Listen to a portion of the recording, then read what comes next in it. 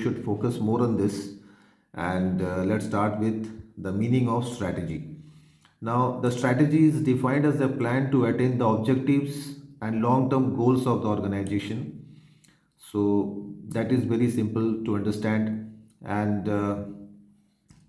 these strategies can be general or specific strategies depending upon the situation of the organization. And basically, these strategies are strategies in simple words, we can say the plans. And the organization launches these plans for customers, for surviving in the market, to expand business, to improve the market share, that means sales, to increase profit. So, like that. So you should know the meaning of strategy, right? Which is specifically used in your study material. And then we have the features or characteristics of strategy. Now this is very important. Uh, Actually, Midgeberg has given 5 P's. So these 5 P's are basically called the 5 important characteristics of strategy. The first one is pattern, the second one is plan, the third one is position, the fourth one is perspective, and the fifth one is ploy. So these are the 5 important characteristics of strategy. Now, plan, as we know, pattern, every strategy follows a certain pattern or trend, and on the basis of which the strategy has been designed. The second one is plan. We know, plan is doing or forecasting the future, and position, it refers to the probable position of the company after a certain period of time in the market. So that is position. So strategy is all about it tells us like what will be the position of the company after a period of time. Then perspective looks after the vision of the company. Okay, because all the internal and external environment are studied properly to find the perspective of the organization. And lastly, ploy is the tactical used by the organization to defeat the competitors, the tactics used by the organization. Okay, let's find out the nature of strategy. This is also important. It appeared in the previous year's question paper. Strategy involves both organization and environment, and both these organization and environment are inseparable, and they cannot be like strategy cannot be structured as a routine or repetitive job. And basically, it is a futuristic in nature. It is a combination of both content and process. Strategies are formulated at different levels of the organization separately, and basically strategies are framed for taking decisions. So this is all about the nature of strategy. And you can also study about the different like why this strategy is important, because it helps an organization to take decisions on the long term basis. It allows the organization to deal with a new trend and meet competition and survive in the market. Strategy helps the management to be flexible to meet the uncertain situations, and efficient strategy formulation results in financial benefit, that means increase in profits. It also provides the clarity of the direction in which the company should move. So like that, there are many importance of strategy. Okay, the next concept is strategic management. And strategic management involves making strategic decisions at various levels of the organization. And these decisions are generally taken by the top level management, and then they are transferred to the lower level, right? And these are the features of strategic management. Like, it is a medium and long term process. It begins with the formulation of desirable future position of the organization, which is followed by the decision regarding what is at the core of the organization. Then it helps to set up the targets for reaching the future state, and it enables the organization to obtain an edge over the competitor. And lastly, it helps in formulating strategies for the utilization of different resources. The next is the difference between strategy and policy, which is very, very important. It appeared many times in the previous year's exams. This is strategy and policy.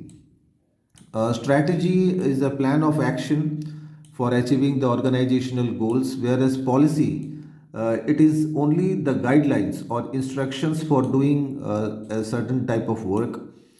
Strategy is more flexible than policy, and the strategy is related to decision making by the management, whereas policy related to the rules of the organization. And basically policy are repetitive in nature, whereas strategy are not repetitive, they always change. And strategies are basically formed by the top and middle level management, whereas plans are generally by the top level management. So like that, there is one more difference between strategy and tactics. This question is also very important. And the strategy, as we know, it determines the major plans to be undertaken or achieved, and tactics is the means by which the previously determined plans are executed. Strategic decisions cannot be delegated to the lower level of the organization, whereas tactics can be delegated. Strategy has a long term perspective, usually for a term duration, but tactics is basically of short term nature.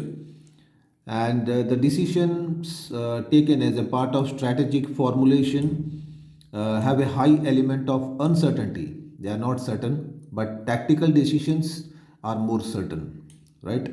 And evaluation of strategy is a very complex job, whereas evaluation of the tactics is a much easier job. The next concept here, this also appeared many times in the exams: levels of strategy or phases. Basically, three levels are there: corporate level, business level, and functional level. So, one by one, let's try to understand and begin with corporate level strategy. At corporate level, the strategies are formulated as per the policies of the organization, and its main important characteristics are these are basically value oriented and less concrete. These are characterized by greater risk and profit potential. And most of the corporate level strategies are futuristic, innovative, and pervasive. That means futuristic, that is planning; innovative, that means creative; and pervasive, that means it is uniform in all the organizations. And they occupy the highest level of strategic decisions making, and such decisions are made by the top management always. And the board of directors and chief executives are the the primary member of framing these corporate strategies. Okay, the second type of strategy, the second level of strategy, is business level strategy. And these are basically formulated by an organization to make the best use of its resources. And let's see the important characteristics of business level strategy. These are basically comprehensive plans providing allocation of resources among the different departments. And these strategies operate within the overall organizational objectives. The third one is managers are also involved in this type of strategy, and the strategy are related to the unit of the organization. The third type of level is functional level, and here let's see the main important characteristics. In functional level, the decisions are taken by the functional head. Basically, it is concerned with one single department. Okay, so that corporate level is the top level, business level is the middle level, and functional is the lowest level. Okay, the next concept is what are SBUs?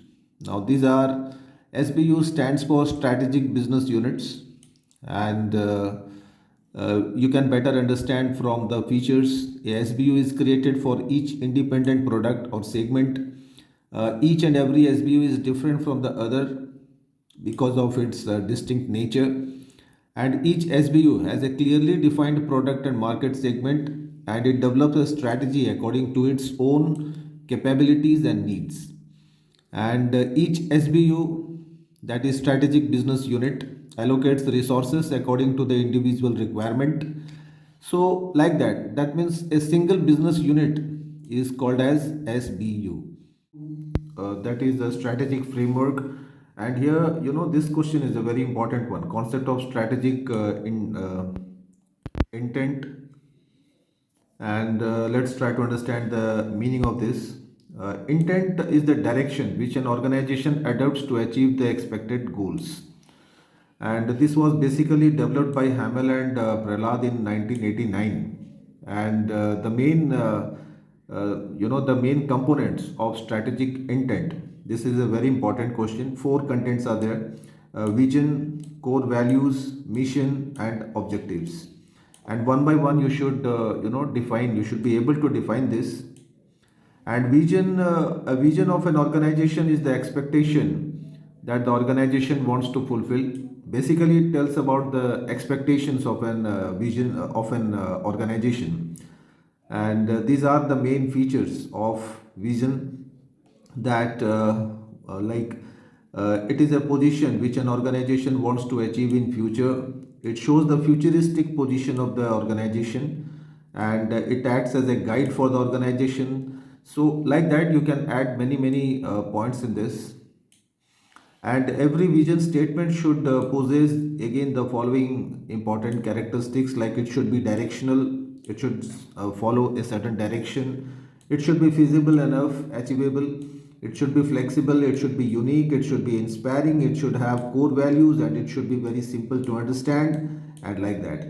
And there are many advantages of vision, like it helps in doing all experiment work, and it promotes the long term thinking of the organization. It fosters the risk taking abilities of the organization, and it makes the organization competitive, original, and unique from its competitors. So like that. Okay, now let's see what are core values. Core values are the essential beliefs of an organization, and this may be the belief of the top management regarding the employees welfare, customer interest, shareholders wealth, and like that. And its main characteristics, basically it is the overall reason for the existence of the company, why the company exists. Okay, so these are all core values.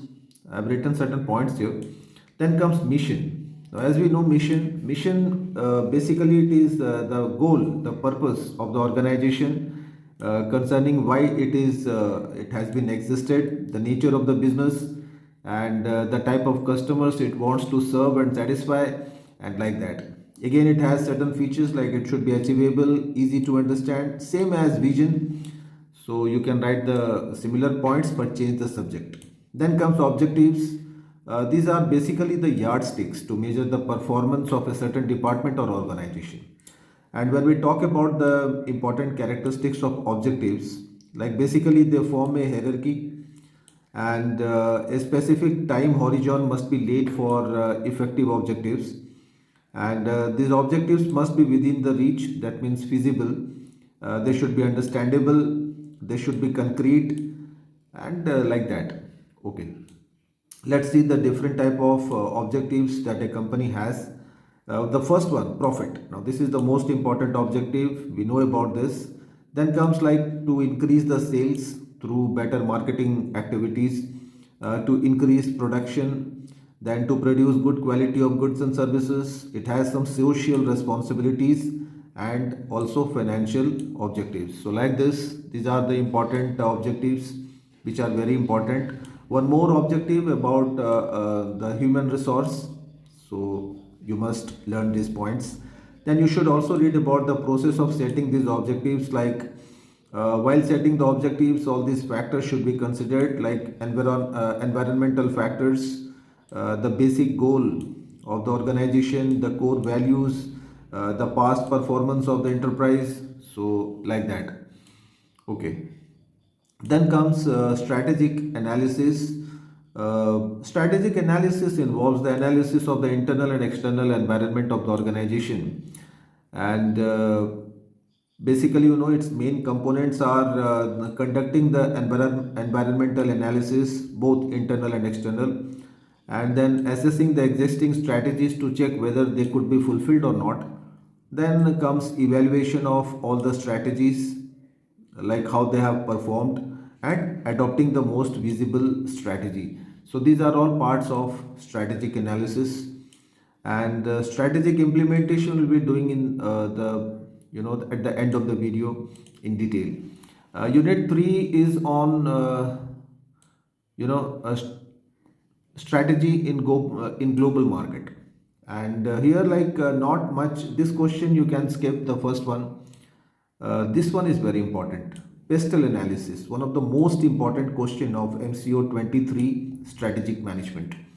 And pestle analysis, it is a tool used for analyzing the external environment, basically, or the foreign markets.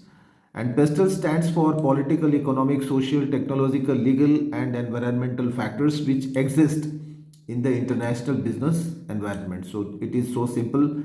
And let's see the different steps. The first is, all the factors which are relevant to the organization, they should be identified, evaluated, analyzed, and then we can frame the appropriate strategies for them. And these are all the factors that you should describe. The factors that influence pestle analysis. Political factors, as we know, refers to the political situation of a country, like its economic factors relates to the economic policies, tax, duties, like that. Social factors refers to the people living in the country, their religion, culture. And technological factors refers to technology, like how the company uses the modern technology. And there are some legal factors also which should be considered when you are dealing in foreign markets. And some miscellaneous foreign environmental factors are there which should be considered. The next concept is how a company enters into the foreign market. Basically, four steps are there. Direct exporting, it can do franchising or licensing. It can make a joint venture with the foreign firm, or it can directly invest in the foreign companies or the foreign countries. EPRG framework, basically, I don't think you get a question from this. Whatever that I have analyzed in the previous factor evaluation matrix, which is also called as EPF. This is important, and according to, actually, it is a tool which helps in the summarization and evaluation of the pestle factors. Okay, and these are the five steps that are being considered here. Like, first of all the external factors are, make a list of all the external factors, then assign weights to each factor, then give the rating, and determine the weighted score, and finally the total weighted score. So these are the five steps in this model to evaluate pestle factors. Okay. Unit 5 is on competitive analysis. You should know about competitive forces. Basically, in the age of this competitive world, it is quite important for an organization to analyze the competitors' strengths and weaknesses. And this is what you have to write here. The main forces of competition is the strength of the competitors. You should know about this. Their weaknesses, then their objectives and strategies, their responses of the competitors towards the pestle factors, then vulnerability of the competitor, then position of the market and services, status of the entry and exit of the new firm or old firm, and like that. Okay, and in this unit you have this one as one of the most important question: Porter's five forces. Actually, Porter was a management expert and he developed these five forces. And what are these five forces? The first one is rivalry among the competitors. Okay, rivalry. Then, secondly, potential entrants. That means, whenever sometimes, the new companies try to enter into the market, so they are called entrants. So, a company should know about their potential, yeah, how much capable they are of. And then substitute products. What are the different types of products that can be substituted from the given products which are kept in the market for selling? The bargaining power of the suppliers and the bargaining powers of the buyers. So these are Porter's five forces which helps in the competitive analysis of the market. Very important one. Okay. Let's move on to the next topic. And there is also concept of competitive intelligence. It might strike in short notes. but never appeared in the exams, then you should know about this. Competitive Profile Matrix, which is also termed as CPM. This question came quite a lot of times in the exams. Basically, it is a tool of again strategic management to compare the organization with its competitors. It tries to highlight the strength and weakness of the organization relative to its competitors. So it is very interesting one, and there are four steps involved in this matrix. First one, identify the critical success factors. Like what are the success factors that are there with you, or in simple words, your strength. Then assign a weight to each of the strength. Then give ratings and then assign score. So it is so simple, more or less similar to the previous matrix. And okay. The next one is Unit 6, Internal Analysis. Now here we'll start with the unit, the different types of resources. Basically, these four types of resources are there: available resources, threshold resources, unique resources, and core resources. Again, available resources are divided into four parts: physical resources, which are physically present; then human resources, the people who are working in the organization; financial resources, that is cash and bank balance, cash flows; and intellectual capital. So like this, threshold resources are basically the core resources which are required for the survival of a company in the market. And unique resources refers to those resources which gives the company a competitive advantage that makes it unique in the market. And there are some core competencies which are also referred to as resources. Okay. Then we have one more question, that is VRIO framework. And according to this, it defines the important characteristics of the resources. And basically, all these resources which are there in the organization, they are characterized by their value, their rare, then inimitable, and organization. So like this, so how valuable the resources are, that should be considered. And whatever the resources that is there with the company, like whether they are unique or rare, so that is very important. Whether the competitor can imitate those resources or not, so that is again should be considered. And one more characteristic, that is organizable. And let's move on to the next one. Very important question, a short note on the value chain framework, very important one. Now, this framework is commonly used to guide the analysis of any organization's strengths and weaknesses. And in this framework, any business is seen as a number linked to many activities producing value to each customer. And by creating additional value, the organization may charge more for its product. That means creating value of the product. It may be due to the uniqueness or improving the quality of the product. So like that, there are many ways. And basically, the main primary activities which constitute this value chain framework, basically, all these inbound logistics, then we have operations transform, then outbound logistics, marketing and sales, uh, then procurement of the raw materials, technology, human resource. So this makes this matrix more important one. The next one is also a very important topic, SWOT analysis. Basically, SWOT stands for S for strength, W for weakness, O for opportunity, and T for threat. And a SWOT analysis is done to find the key issues of internal and external factors or environment of the organization. And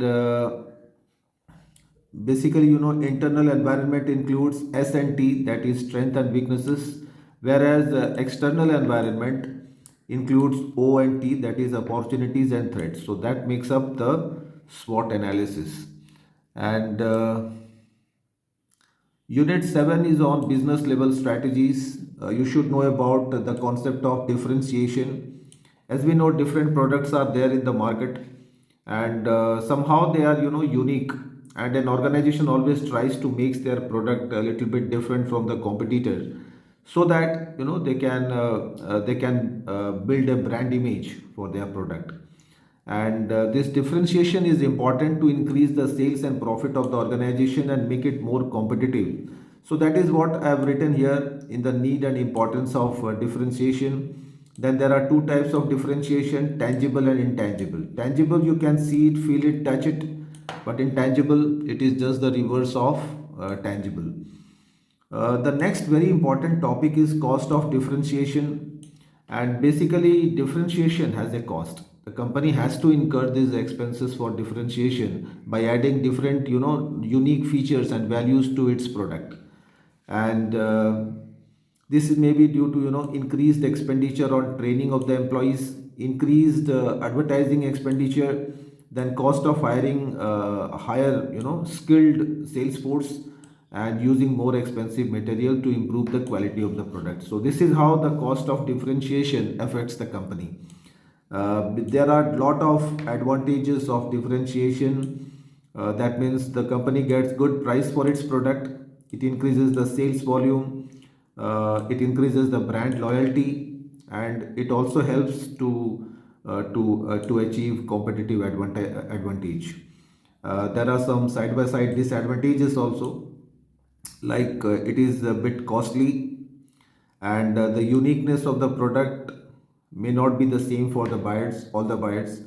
Then excess amount of differentiation has a negative impact on the company's reputation, and there may be natural loss due to differentiation.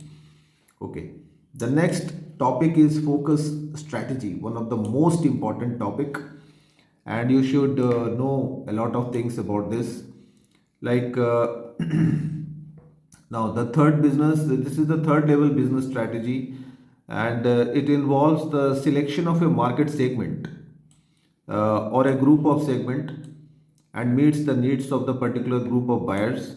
Basically, its name is focus strategy, which focuses on a particular market or a particular group of buyers. So that is what you have to write. And focus strategy can be effective in a lot of situations, like when the market segment is very large and it is quite profitable also, and it has a good growth potential. Then market segment is not significant to the success of the major competitors, uh, and when the organization wants to use its resources effectively, it is focus strategy is more important when you want to defend against the challenges. So like that, let's see the important advantages of focus strategy, and also there are disadvantages. Focus strategy helps to defend against the competitors. So this is the main weapon for the company. Then it reduces the competition from new organization. Then threats from the producers producing substitute product can be reduced through focus strategy. It improves the bargaining power of the organization, and it increases the market share and profitability of the company. Like that, few disadvantages are also there. Generally, market segment has to be very large, otherwise you can't employ this strategy. Then the segment needs to become less distinct from the main market, and competition may take over the target segment. So these are basically the disadvantages of focus strategy. Okay, guys, unit 8 is competitive strategy. And in competitive strategy, basically developing a competitive strategy is technically developing a formula for success, and it depends on the goals of the organization, the policies to be achieved. And these are the key four factors which must be taken into consideration before framing competitive strategy. The first one is internal consistency. How is the internal environment? How consistent it is?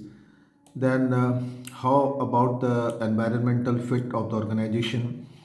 What type of resources are there which can be utilized to achieve and implementation? More or less, all these topics they are all related ones. And the next one,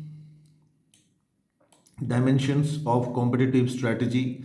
This also you can just go through, and you don't get much question from this unit particularly, whatever I have seen in the previous question papers. So quickly let's move on to unit 9, corporate level strategy. And here, this question also came once in the exam. And these are basically, the other name of this is grand strategies. And there are four types of grand strategies or corporate strategy. Stability strategies, that makes no change in the organization's current activities. Then second one is growth strategy, that expands the organizational activities. Third one is retrenchment strategy, which reduces the organization's level of activities. And fourthly, combination strategies, that combines all the three strategies. So one by one you can define all these type of strategies. Okay. Then comes the concept of diversification. Diversification, as we know, like moving into new lines of business. And when an industry becomes mature and needs more growth, it has to adopt diversification by expanding its operations. And these are the different routes of diversification. The first one is mergers and acquisitions. This is very important one. You should know about this. And joint venture, it can make long-term contracts with other individuals and corporations, or it can make strategic alliances. So all these points are very very important. In mergers and acquisitions, the company takes over the other company. In joint ventures, it generally join hands with other company to carry out a purpose, or a goal, or a project. And in long term contracts, the companies enter into a contract, a long term contract, a legal contract, with the other companies. And strategic alliances is again a very very important route of diversification.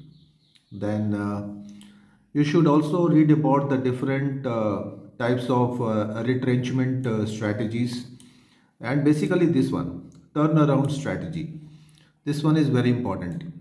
And in turnaround strategy, uh, it is a situation exists when an organization encounters multiple years of declining financial performance. That means company की financial अगर continuously losses हो रहे हैं, तो वहाँ पे उसको wind up करना चाहिए. And that is called turn around strategies.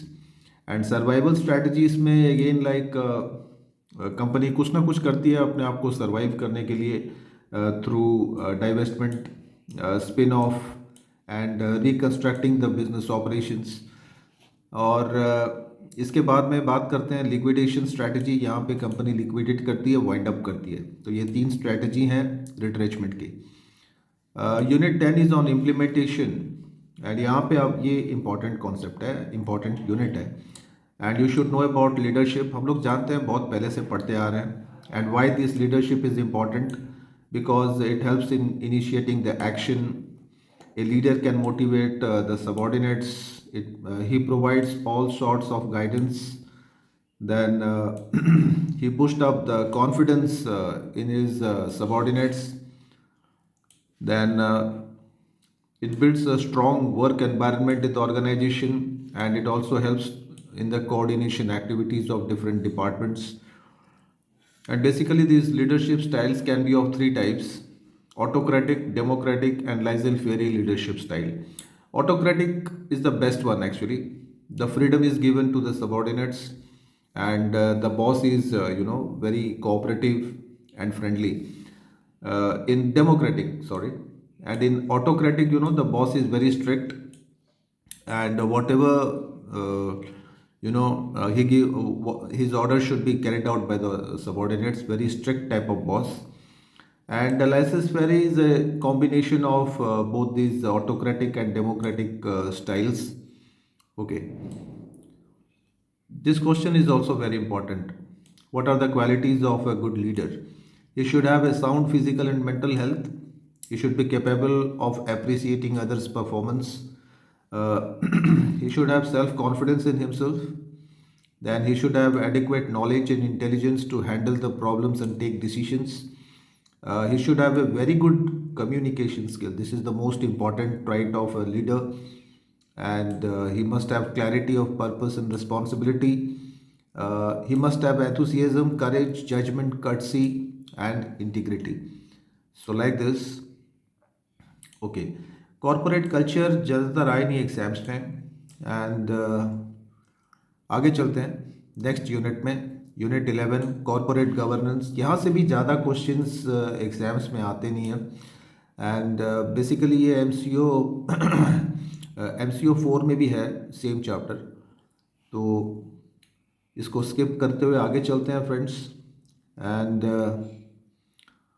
आगे नेक्स्ट यूनिट 12 में देखते हैं कुछ इंपॉर्टेंट क्वेश्चंस यूनिट 12 में है control strategic that is control strategic control processes and यहाँ पे हम लोग इवेल्युएशन करेंगे कंट्रोलिंग टेक्निक्स लाइक क्या क्या टेक्निक्स हैं बेसिकली दो टाइप के टेक्निक्स हैं कंट्रोल के one is operational the other is strategic दोनों ही बहुत इंपॉर्टेंट हैं एग्जाम्स के लिए यहाँ से क्वेश्चन आते ही आते हैं and in operational controls again these are of three types financial control time control and management by objectives तो ये तीनों के बारे में आपको ज़रूर से पढ़ना चाहिए very important one and when we talk about strategic controls these are the basic tools premise control spatial alert control implementation control and lastly strategic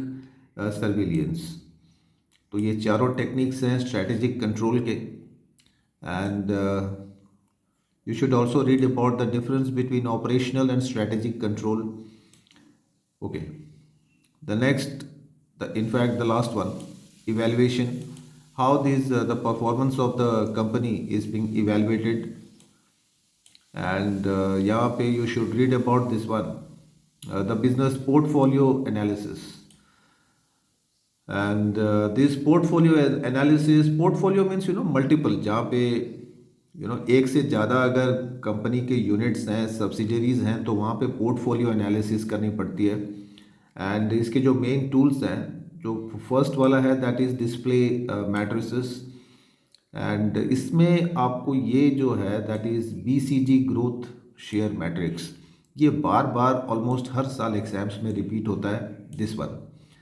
BCG growth share matrix ये बहुत इंपॉर्टेंट है कंट्रोलिंग टेक्निक है evaluation का technique है and इसके बारे में थोड़ा सा जानते हैं BCG portfolio analysis is based on the premise that majority of the companies carry out multiple business activities in a number of different product segments and countries and this model proposes that for each business activity there should be a separate strategy and this matrix also classifies the activities into two categories that is business growth rate and relative market share ये main दो component है इसके and this matrix is again divided into four quadrants ये चार जो quadrants हैं इसके that is first quadrant में है cow second dog third question mark and fourth star तो ये चार quadrant है इसका flow chart आप बना सकते हैं and जैसे cash cows में यहाँ पे the businesses with low growth rate and high market share are classified in this quadrant and here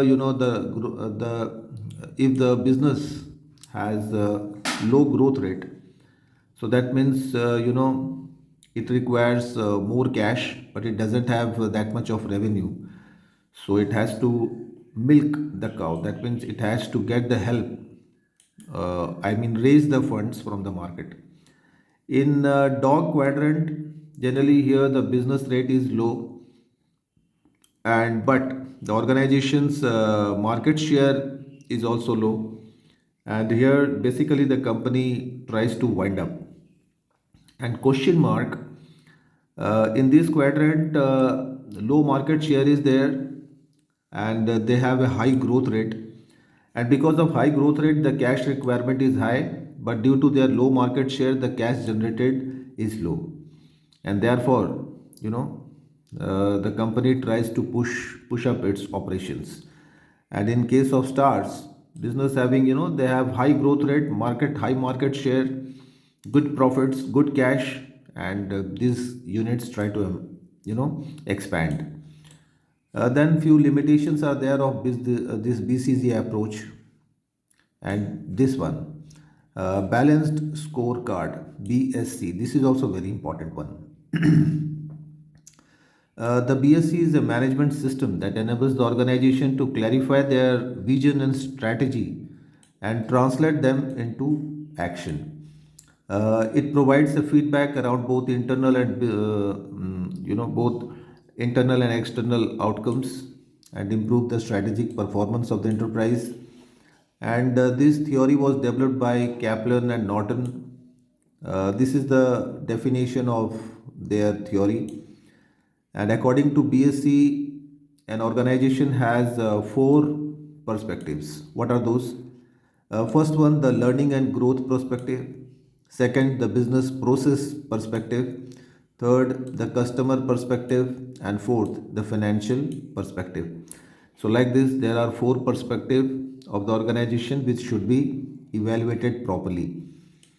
The last topic of this chapter is the characteristics of an effective evaluation strategy. It must be economical. It should, the information should be neither too much or too little. The control should neither be too much or too less. It should be well balanced. So, like that.